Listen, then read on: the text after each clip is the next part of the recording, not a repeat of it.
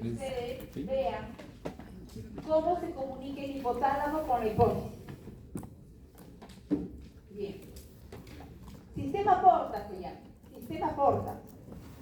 Se comunica el hipotálamo con la hipófisis.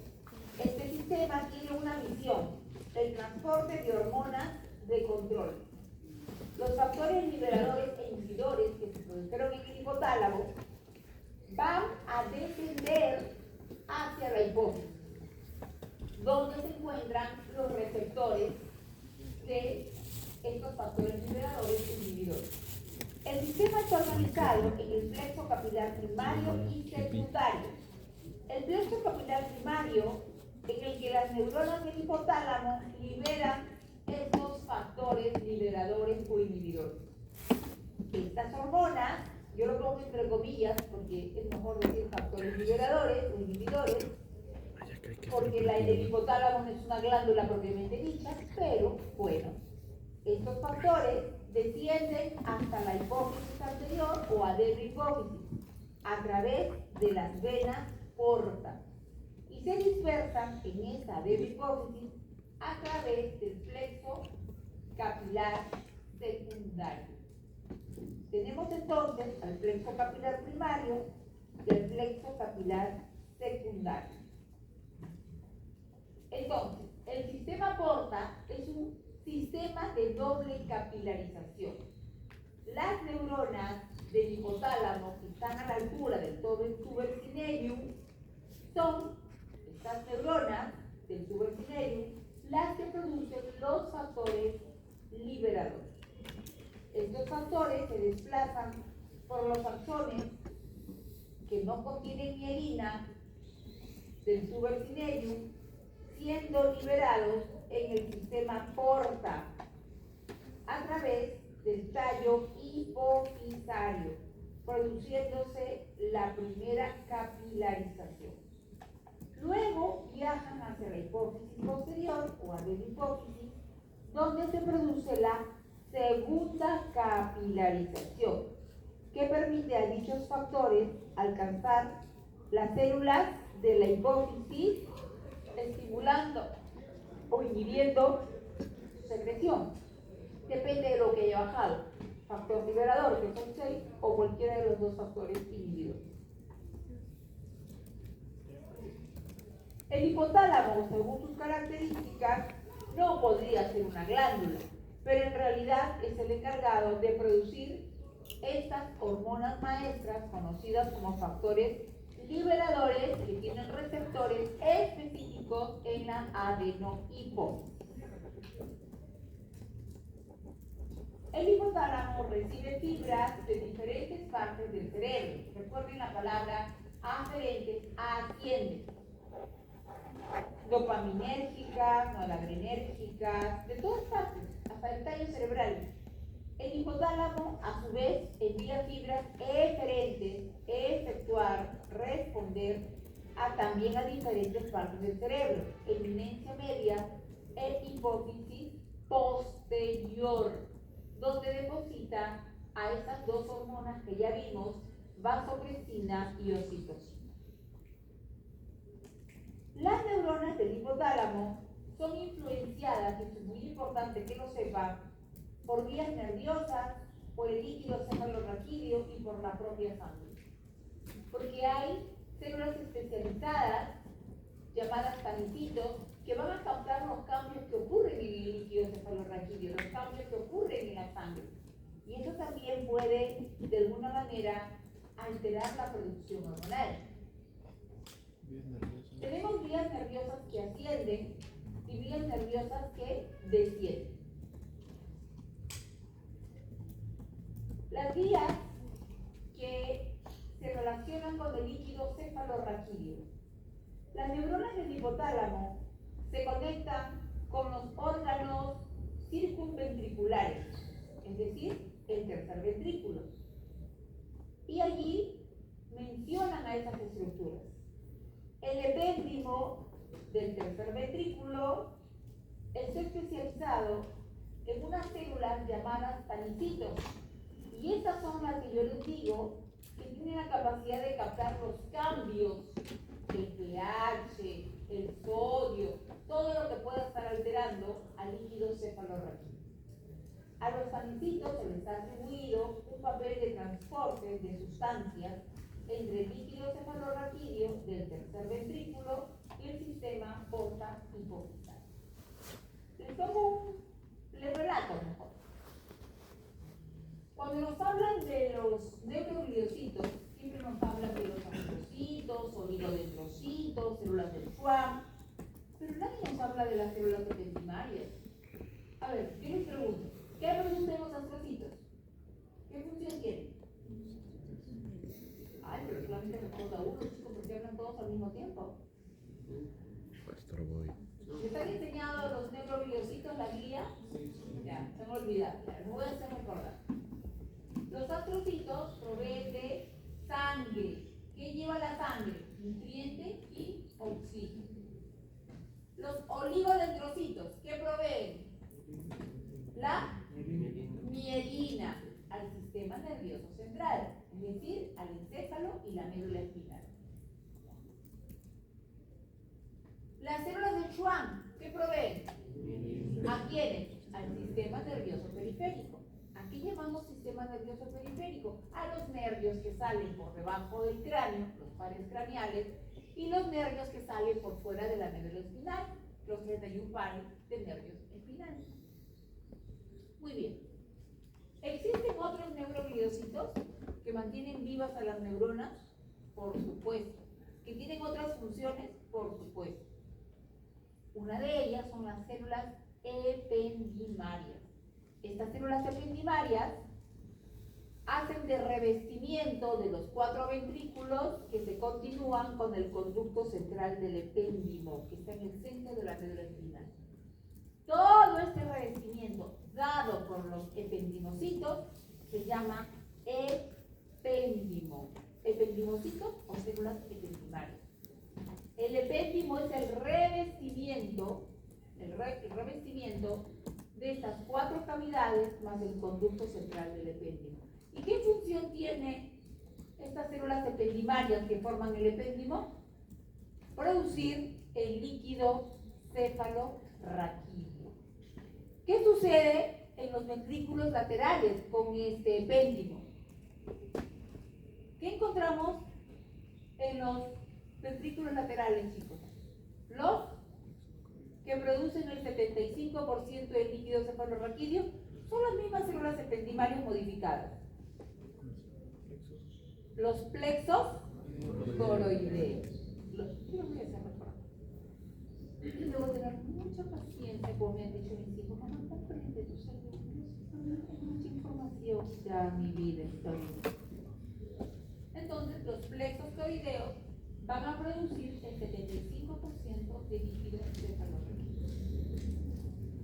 Estas células ependimarias en el tercer ventrículo también se transforman en otro tipo, no solamente plexos coroideos, en los tanicitos, que son los que captan todos los cambios que ocurren en el líquido cefalorraquídeo. ¿Se me entendió? ¿Sí, chicos? Eso era lo que yo le decía a nuestro delegado, que hacer una clase para mí es que entiendan, es que yo les explique. No se trata de echarme a leer, no, la información la tienen. Hasta con mi dulce voz, para los que quieran escuchar mi voz nuevamente, hasta está un poquito más clarito porque soy muy afónico. Si gustan, les pongo al final de cada. Porque será para anticipato, les pongo al final de cada uno una canción yo cantando. Con tal de hacer sonreír. Bien. Estas vías de líquido cefalorraquídeo se ha demostrado que el aumento de sodio en el tercer ventrículo es transmitido, captado por estos tanicitos, a las células del núcleo supraóptico infraventricular. ¿Y por qué es importante? ¿Por qué es importante? Porque este aumento de sodio va a hacer que se segregue hormona antidiurética. En fin, y a nivel hipotalámico se hace o interviene también en el estímulo para la ingesta de agua. El mensaje que trato de darles es que existen cambios en el líquido cefalorraquídeo, en nuestra sangre, que pueden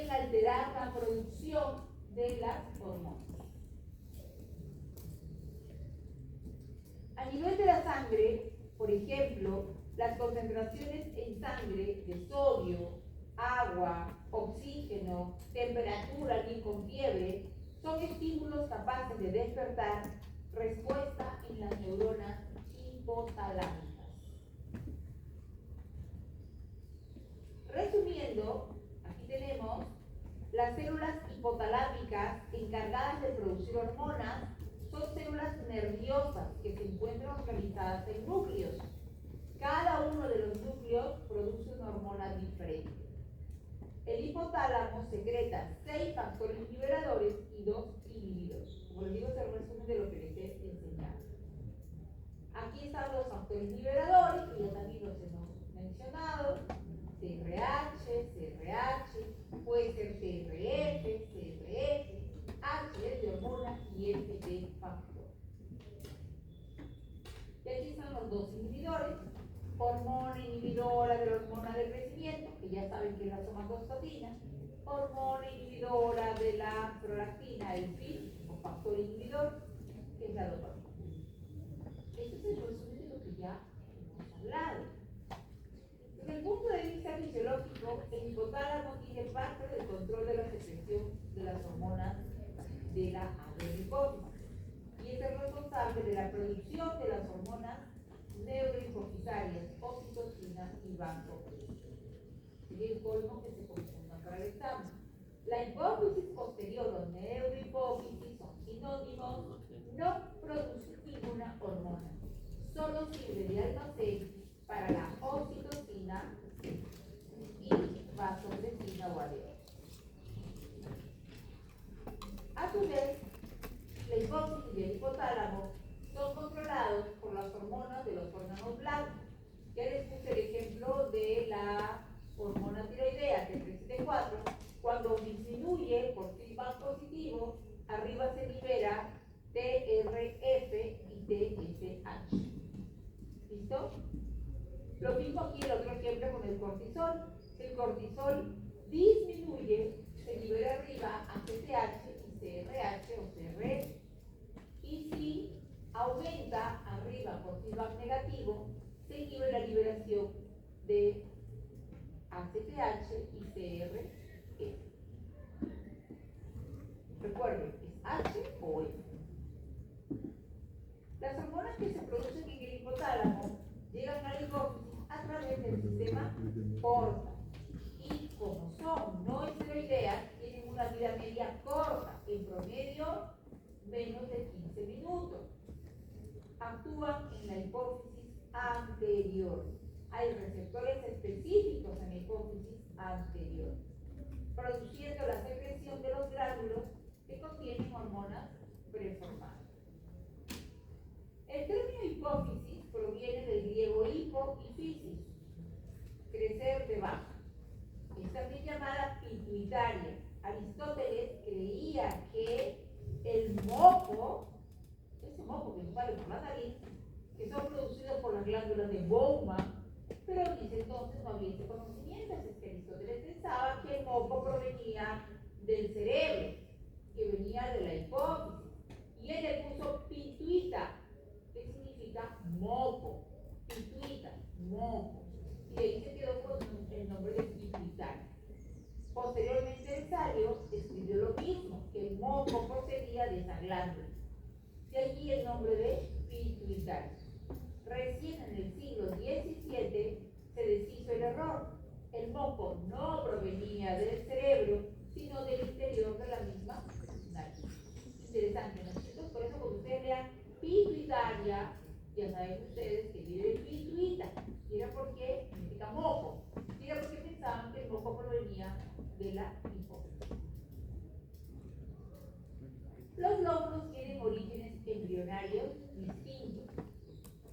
El lóbulo anterior guarda la hipófisis, rodeado de tejido del ectodermo. El lóbulo posterior de la hipófisis, también ectodermo. Pero recuerden que el anterior también tiene componente endodérmico y ectodérmico. La neurohipófisis solo ectodérmico. La hipófisis intermedia se corresponde con un 2% del total, es pequeña, proviene de la bolsa de Rat, que es de origen ectodérmico.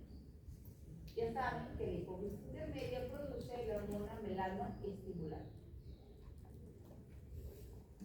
Aquí están todas las hormonas que se producen en la hipófisis, adelmihipófisis, y el nombre que tienen y la función específica. La regulación ya les enseñé. Hay regulación, feedback largo, las hormonas periféricamente están bajas, con feedback positivo se libera arriba de la hipófisis y el hipotálamo. Pero también existe un feedback corto, que es entre el propio hipotálamo e hipófisis. Entre ellos mismos se inhiben o se estimulan, dependiendo de lo que esté sucediendo periféricamente. Acá simplemente para que conozcan la hormona estimulante de los melanocitos, que se identifica como MSH. Los melanocitos son muy importantes en animales inferiores, les da la pigmentación de la piel. En los humanos es importante, pero no tanto. Por lo tanto, los animales sí tienen más grande esta hipófisis intermedia. Nosotros solamente el 2% del total de la hipófisis. Y estas son las dos hormonas que produce el hipotálamo y se almacena en la neurohipófisis o hipófisis posterior, la ADH y la oxitocina. La ADH y la oxitocina se producen por el supraóptico y paraventricular, pero en mayor cantidad la ADH por el supraóptico y mayor cantidad la oxitocina por el paraventricular. No importa. Lo importante es que sepan que estas hormonas se producen en el hipotálamo. Esta hormona ejerce un efecto opresor sobre las arteriolas, hace que se cierren cuando el volumen de sangre disminuye. Ejemplo, un accidente de tránsito sangra profusamente, o una diarrea, o una regla abundante, hace que se libere la hormona antidiurética. O sea, no quiero que orines, no quiero que pierdas más líquidos, antidiurética. Por este efecto, la hormona antidiurética también es llamada vasopresina, porque ejerce presión sobre las arteriolas.